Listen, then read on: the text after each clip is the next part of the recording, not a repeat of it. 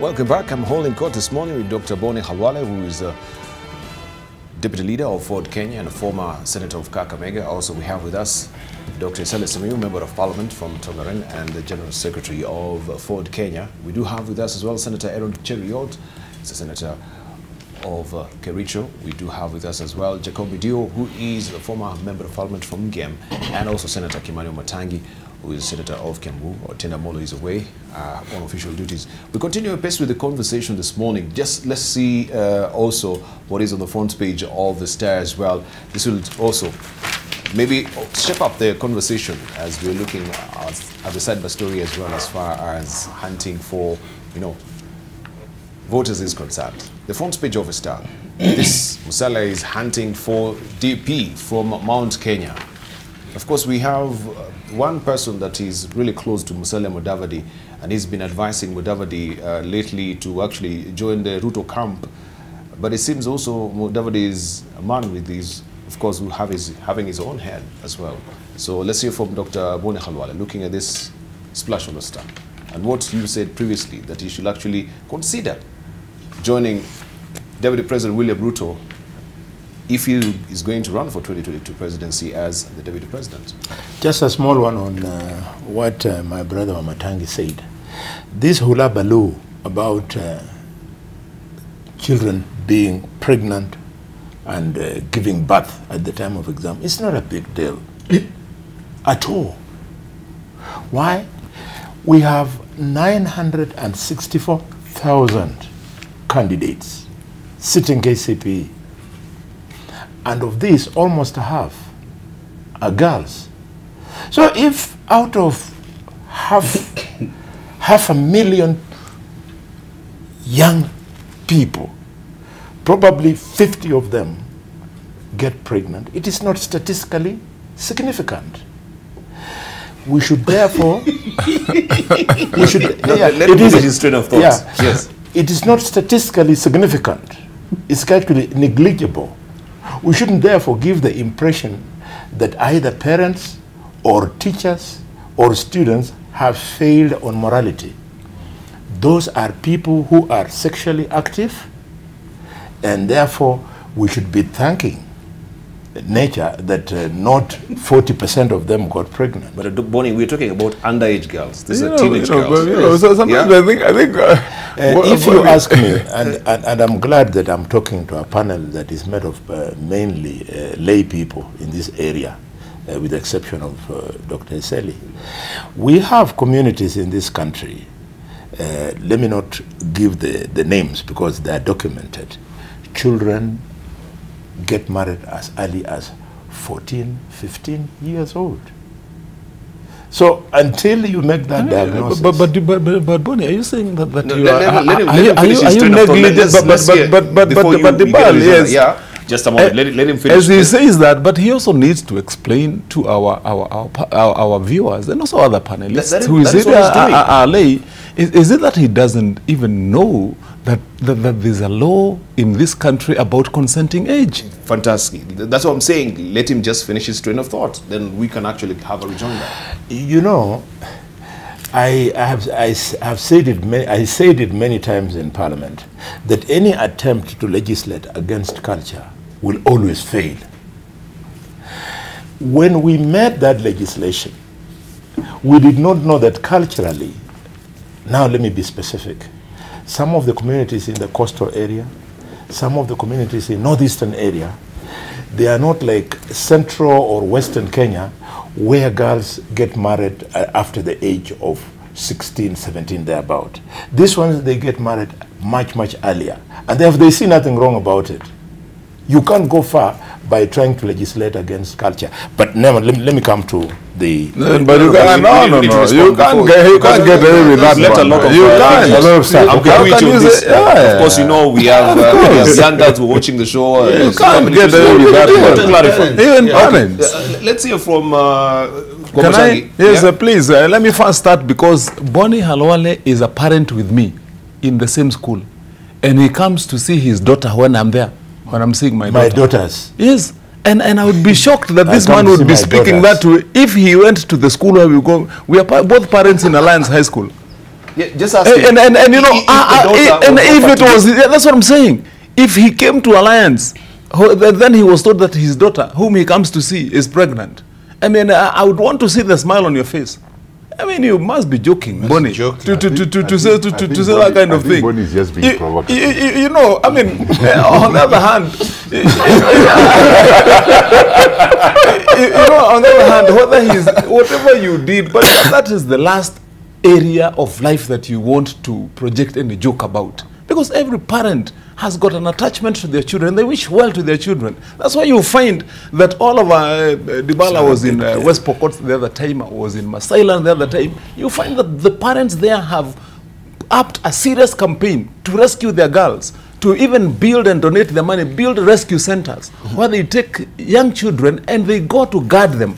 You know, until when those seasons are over. Because there's a season when just guys go bonkers and they go raiding villages and taking children and marrying them by force.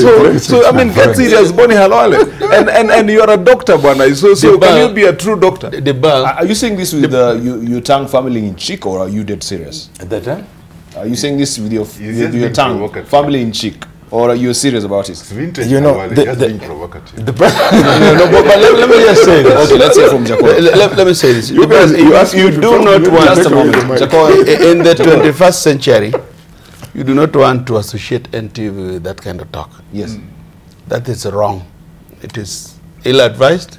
And Bonnie has been a long-time legislator. All those laws that talk to consenting age, Bonnie was in Parliament. He never said the things he's saying, because in Parliament is a flow of debate.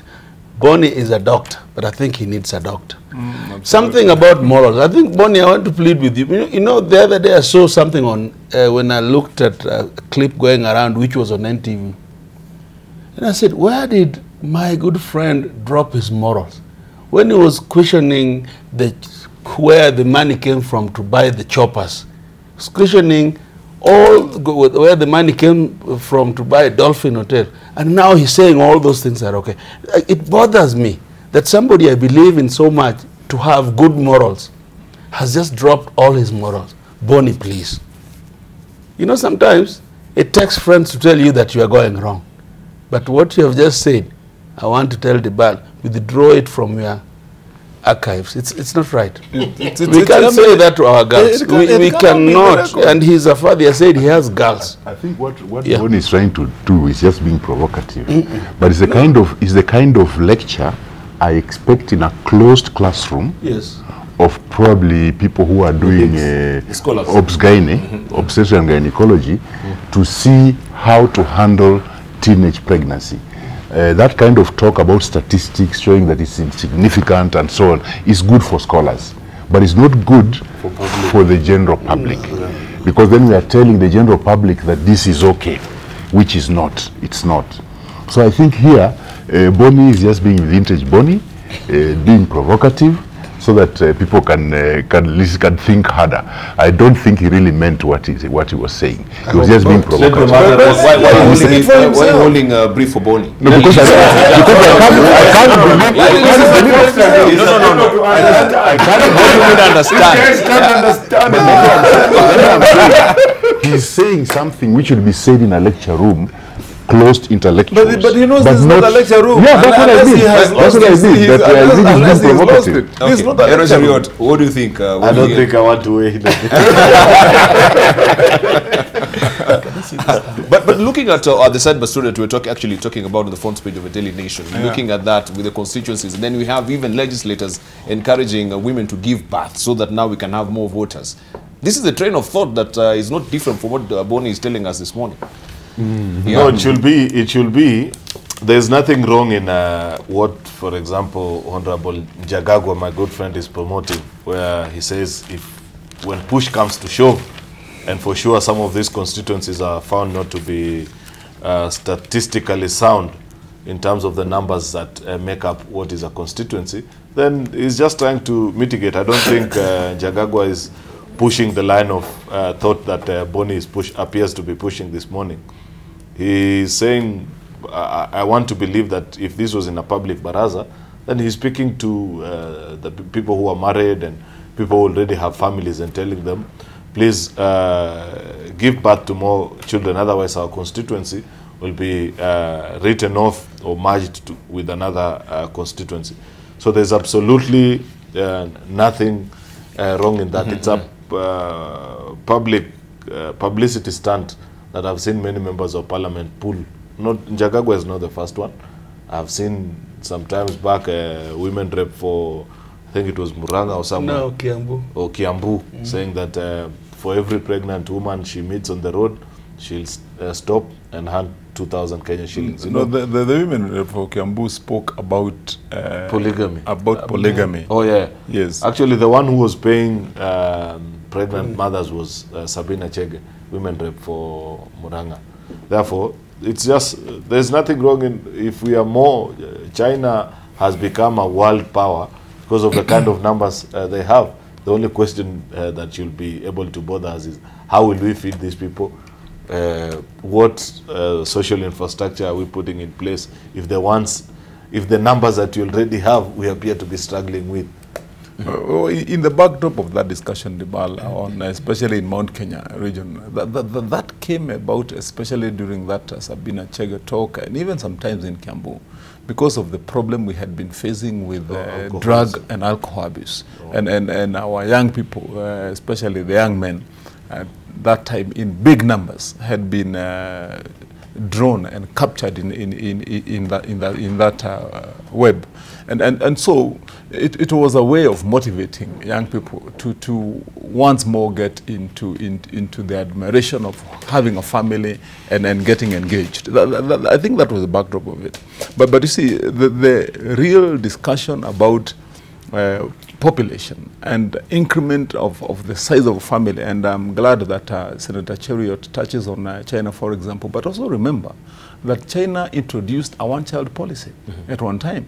And that is weighed along other important factors, because you know, there are many considerations that one has got to make when you're making this argument. I'm sure that's not the main topic of what we want to talk about, but it's a big debate, because you know, you also have to ask yourself, are you happier with 1 million paupers or with 500,000 people who live in an averagely well middle class life? You know, I mean, do you want to go to Mbeere and put up a price that you are giving every woman who gives birth to another 11th child an extra, you know, kilo of unga, so that because they give birth? You know, I mean, of course, there's a lot of moderation that has got to be introduced in that kind of talk.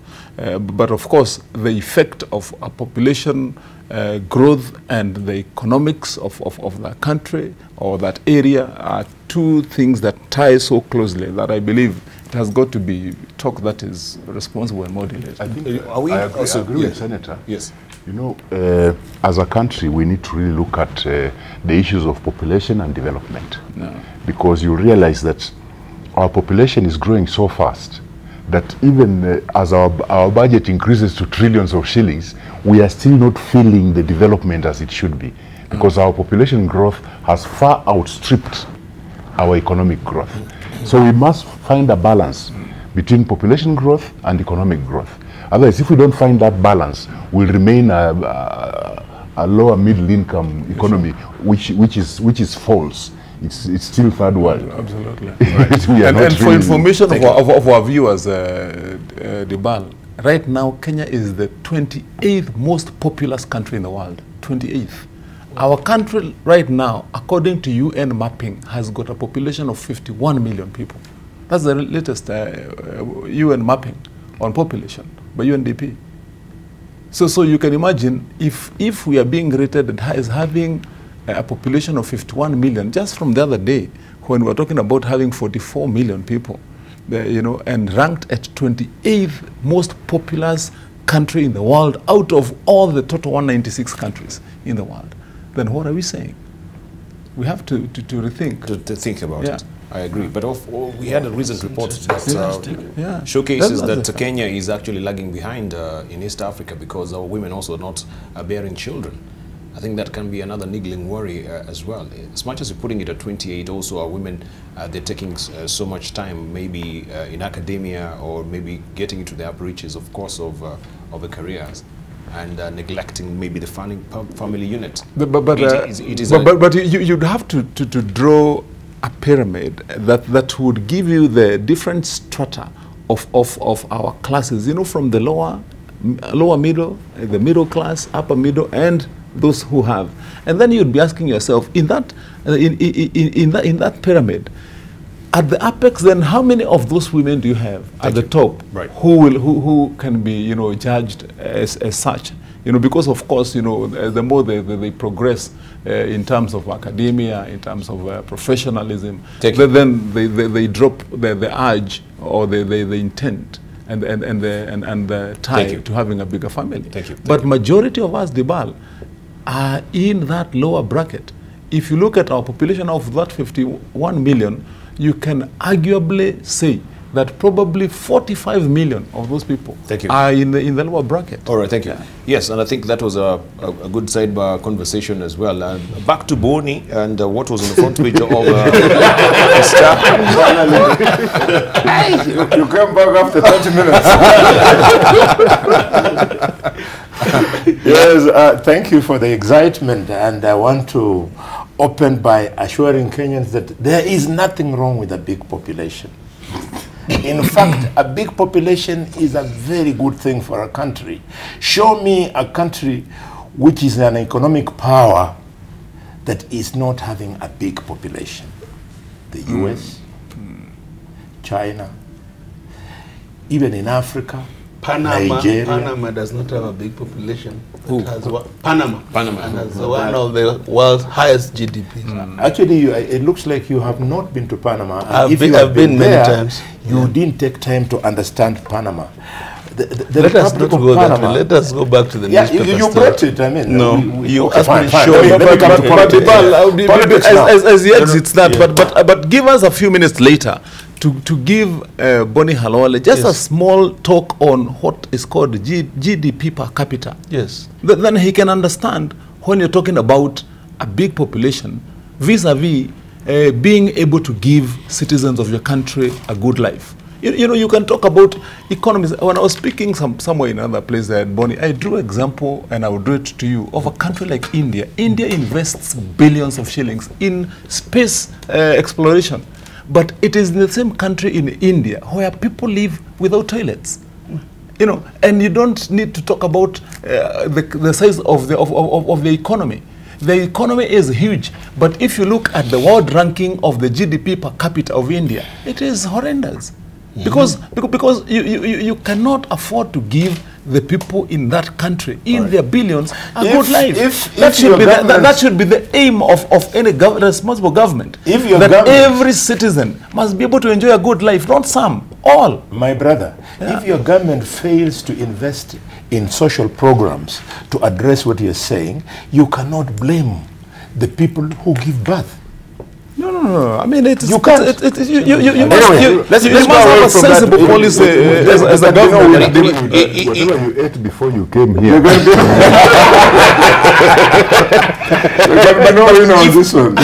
If I may remember also, I think Weekly for Paranya, when he was Minister of Planning, had asked, I think he was coming up with a policy on also trying to contain the family unit.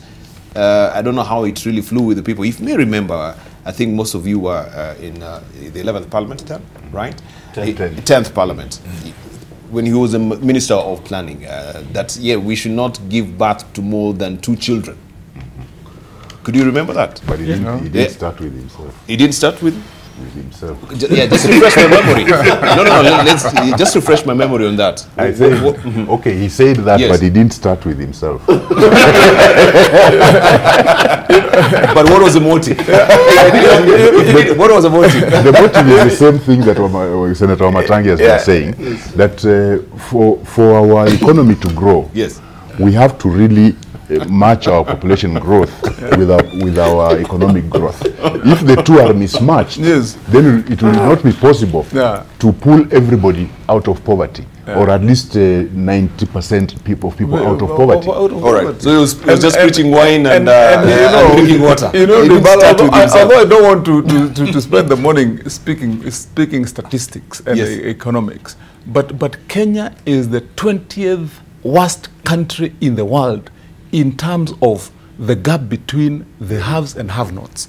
Number 20, statistically, the worst. But I would love to know these particular reports that you're quoting, because come on, they're there. Google. Yeah, they're there.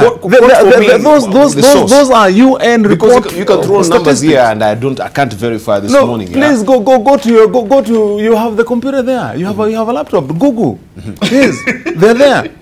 Those are true statistics. Very true. Yeah. Those are true statistics. That's how the scenario looks like. Yeah. So we have to be factual. I agree. It's a critical conversation that we should be having, especially now that we are heading towards 2022, and there is a census, of course, coming up next year. That is a key conversation that maybe we should be having. Where are we at, since we did the last census 10 years ago? But back